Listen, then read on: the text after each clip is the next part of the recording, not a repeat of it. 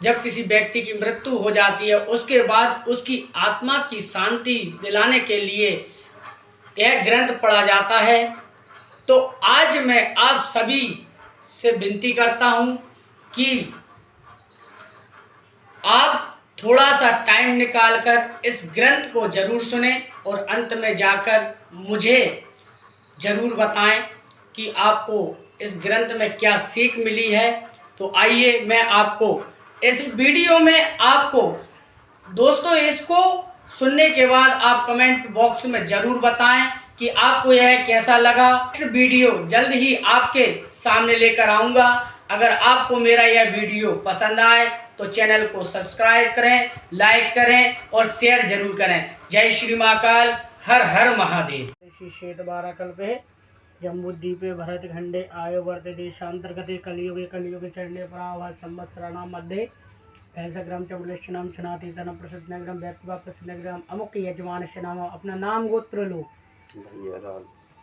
यथाच नाम पुत्रस्य स्वर्गीय सौरभ गोत्र बोलो मन मोक्षी प्राप्त हेतु नाम उपरांतगत गरुण पुराण वाचनम ब्राह्मण मुख द्वारा नाना नाम अमित भरद्वाज गोत्राणाम अहम यजमानस्यम तंदीनायाम चा।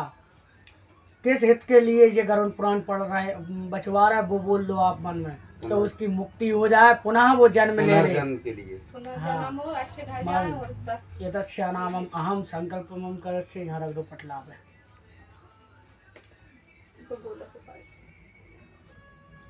बस अब बढ़िया बैठो आप, हाथ जोड़ के बोले गरुड़ जी महाराज की जय। धर्मास्यम मूलस्यम वेदस्कानां पुराण संख्यानां क्रतु सोमं मोक्ष फलम्यम मधुसूदनम पादम जयति नेमिष तीर्थानां क्षेत्राणां ऋष्यम सोनकादि ऋष्यम सत्रम स्वर्गीय लोकस्यम सहस्त्रपत्यम। मतलब धर्म कामना मूलों के लिए पुराणों का संख्यान किया गया। इसमें मोक्षी मतलब जो मृत्यु हो जाती है उसके मोक्ष फल के लिए भगवान का गरुड़ जी का मधुसूदन द्वारा ही वर्णन हुआ है और इस कथा का दृष्टांत किया गया है। तो आइए आज की कथा में प्रवेश करते हैं।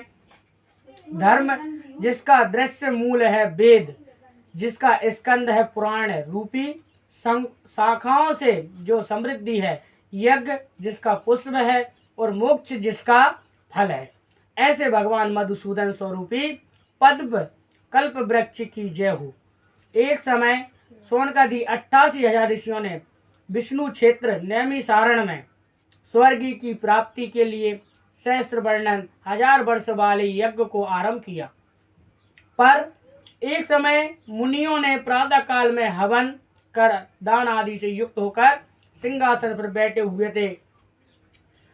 तो सुज्जी से आदर पूर्वक संस्कार करके यह प्रश्न पूछा कि हे ऋषि ने कहा, हे सुज्जी, हमने सुख को देने वाला देव मार्ग तो सुना है, अब भय को देने वाला यमलोक मार्ग को भी हम लोगों को सुनना चाहते हैं।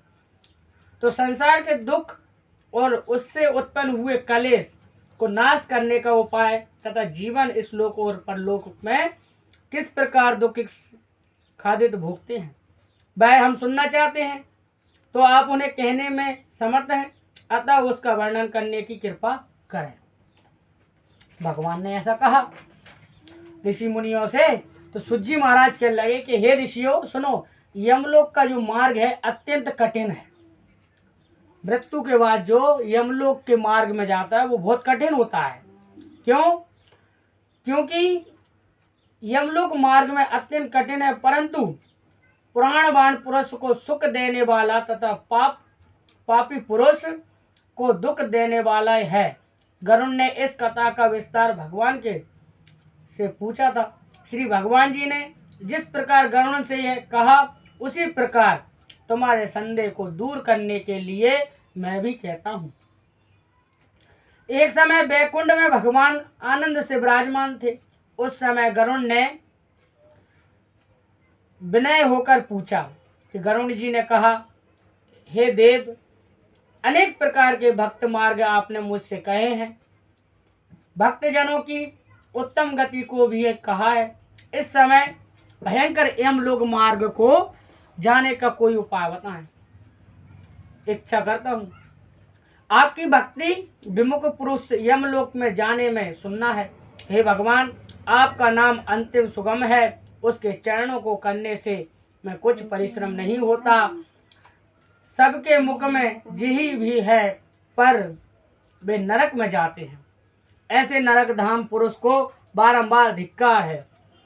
इस कारण से हे भगवान, पापी मनुष्य की जो गति होती है वह मुझसे कहें, और यमलोक मार्ग में जाते हुए वे किस प्रकार दुख को प्राप्त करते हैं, वह भी हम सुनना चाहते हैं। तो श्री भगवान जी ने कहा, हे पक्षी इंद्र, जिसने सुनते ही भय उत्पन्न होता हो, ऐसे यमलोक मार्ग में कहता हूँ। जिस मार्ग में पापी मनुष्य नरक में जाते हैं वह सुनने में ही बड़ा भयंकर है। उस नरक में ऐसे ऐसे मनुष्य जाते हैं जो पाप कर्म से संलग्न हैं तथा दया और धर्म से रहित हैं और दुष्ट पुरुष के साथ हैं, शास्त्र तथा संगति में पर सुमुख होते हैं। हम बड़े हैं यह विचार करके ऐसे अभिमान किसी को नमस्कार भी नहीं करते। धन में मंद से युक्त और असुरी संपत्ति को प्राप्त होते हैं और देवी संपत्ति से वर्जित रहते हैं। चिंता के चलने मात्र से विवक्ष है। मोह जल से अक्षित होकर मात्र काम लोभ में संलग्न है। ऐसे प्राण पवित्र नरक में जाते हैं। जो पुरुष ज्ञानशील हैं वे परम गति को प्राप्त होते हैं। जो प्राणी पाप कर्म में प्रवर्तित हैं वो दुख से यातायात को भोगते हैं। पापी प्राणी जो जैसे संसार में दुख होता है उसको सुनो तो वे मृत्यु को प्राप्त कर जिस प्रकार यमलोक को जाते हैं उसे सुनो। वह सुकुंद या दृश्य को भोगकर अर्जित कर्म के कारण वृद्ध आवश्यकता में व्यक्ति उत्पन्न होती है।